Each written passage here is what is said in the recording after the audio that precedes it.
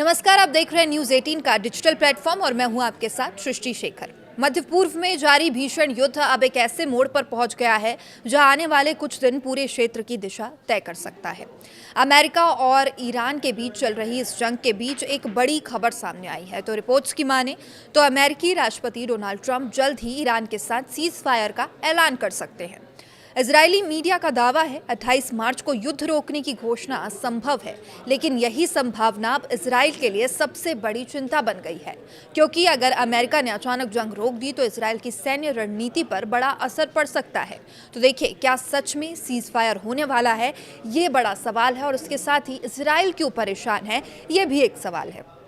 और इस पूरे मामले पर ईरान का क्या रुख है, इसे समझते हैं इस रिपोर्ट के माध्यम से। तो देखिए, क्यों सीज फायर की चर्चा हो रही है। इजरायली मीडिया KAN और चैनल 12 के रिपोर्ट्स के मुताबिक अमेरिका और ईरान के बीच पर्दे के पीछे बातचीत की कोशिशें तेज हो गई है। बताया जा रहा है अमेरिकी प्रशासन ने 15 बिंदुओं वाले एक सीज फायर प्रस्ताव तैयार किया था, जिसे पाकिस्तान के जरिए तेहरान तक पहुंचाया गया। इस प्रस्ताव में कथित तौर पर शामिल थे युद्ध विराम की तत्काल घोषणा, ईरान के परमाणु कार्यक्रम पर बातचीत और क्षेत्र में अमेरिकी और सहयोगी ठिकानों पर हमले रोकने की शर्त, और इसके साथ ही प्रतिबंधों में संभावित डील पर चर्चा। लेकिन रिपोर्ट्स के मुताबिक ईरान ने इस प्रस्ताव को खारिज कर दिया। तो देखिए, ईरानी मीडिया के अनुसार तेहरान का साफ कहना है युद्ध तभी रुकेगा जब उनकी शर्तें मानी जाएगी। यानी फिलहाल बातचीत की कोशिशें जारी है, लेकिन सीज फायर का रास्ता आसान नहीं दिख रहा है। लेकिन अब सवाल ये उठता है कि इजराइल इससे परेशान क्यों है, चिंतित क्यों है। तो इस संभावित सीज फायर को लेकर सबसे ज्यादा चिंता इजराइल में दिखाई दे रही है। इजराइल मानता है कि अब युद्ध निर्णायक मोड़ पर है और इसी समय युद्ध रोकना उसके लिए नुकसानदेह हो सकता है। इसी वजह से प्रधानमंत्री बेंजामिन नेतन्याहू ने हाल ही में एक उच्च स्तरीय सुरक्षा बैठक बुलाई है। बताया यह जा रहा है कि बैठक में ये रणनीति बनाई गई कि अगर सीज फायर का ऐलान होने वाला है तो उससे पहले ईरान के हथियार ठिकानों पर हमले तेज किए जाए, मिसाइल और ड्रोन इंफ्रास्ट्रक्चर को ज़्यादा से ज़्यादा नुकसान पहुंचाया जाए, युद्ध के अंतिम सैन्य लक्ष्यों को जल्द हासिल किया जाए।